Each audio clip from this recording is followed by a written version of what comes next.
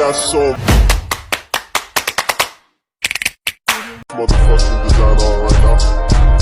Bring it down, bring it down, bring it down. I got three old guys to walk. Assalamualaikum warahmatullahi wabarakatuh. Hai teman-teman, perkenalkan nama saya Widya Oktaviani dari Prodi Akuntansi NPM 23412022. Di sini saya akan menjelaskan tentang perdagangan internasional di Indonesia.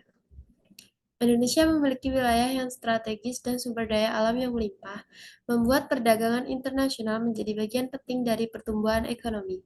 Dalam presentasi ini, kita akan melihat perkembangan perdagangan internasional Indonesia dan proyeksi untuk 5 tahun ke depan. Di sini ada catatan perkembangan perdagangan internasional Indonesia, yaitu yang pertama kenaikan di sektor logistik. Investasi signifikan dalam infrastruktur, pelabuhan, dan jaringan logistik nasional meningkatkan kapasitas dan efisiensi. Yang kedua, ekspor produk perikanan. Tren ekspor produk perikanan yang semakin meningkat, Indonesia menjadi produsen perikanan terbesar kedua di dunia. Yang ketiga, produk pertanian berpotensi menghadirkan tantangan. Yang keempat, berpotensi berkembang di sektor energi.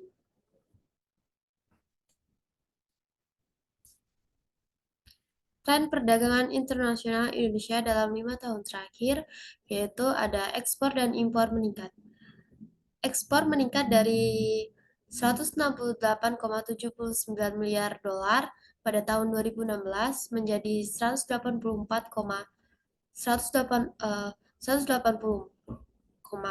miliar dolar pada tahun 2020, sedangkan impor meningkat dari 132,18 miliar dolar pada tahun 2016 menjadi 139,5 miliar dolar pada tahun 2020. Yang kedua, perubahan struktur perdagangan.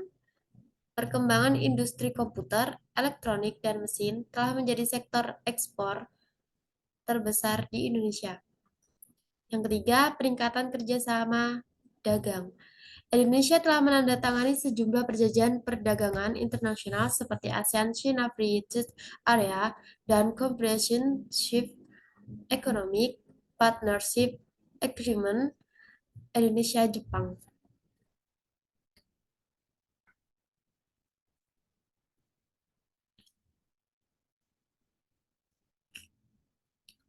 Potensi pertumbuhan perdagangan internasional Indonesia di masa depan.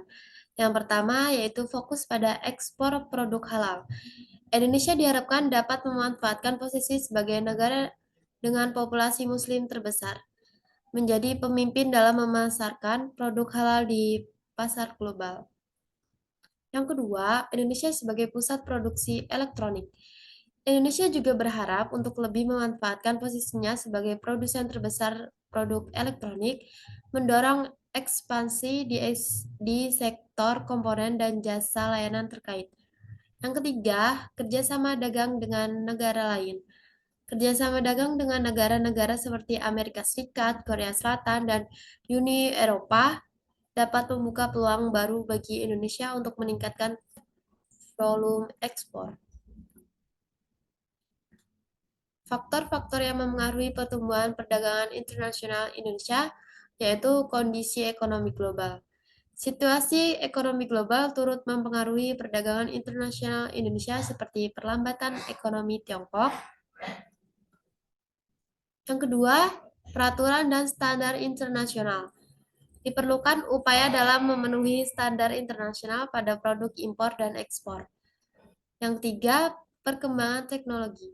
Konteks global yang terus berkembang dalam teknologi informasi dan logistik mempengaruhi cara perdagangan dan aktivitas bisnis. Terakhir, fluktuasi nilai tukar mata uang.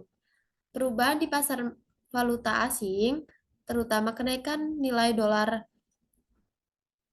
Amerika Serikat pada beberapa waktu dapat mempengaruhi kondisi perdagangan internasional. Strategi meningkatkan perdagangan internasional Indonesia. Meningkatkan kapasitas logistik.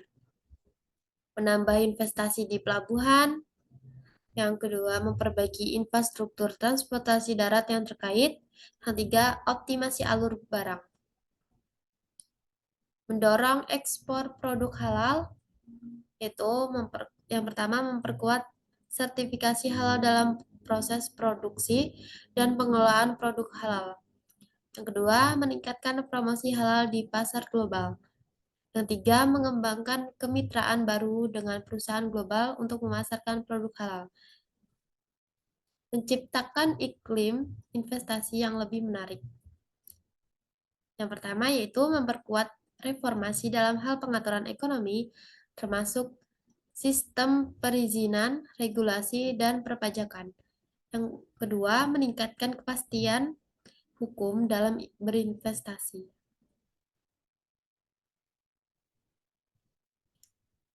Tantangan dan peluang dalam mengembangkan perdagangan internasional, yaitu tantangan di sektor logistik. Menjamin alur barang yang efisien dan mengoptimalkan infrastruktur logistik dan mendukung pertumbuhan ekonomi masih menjadi tantangan bagi Indonesia.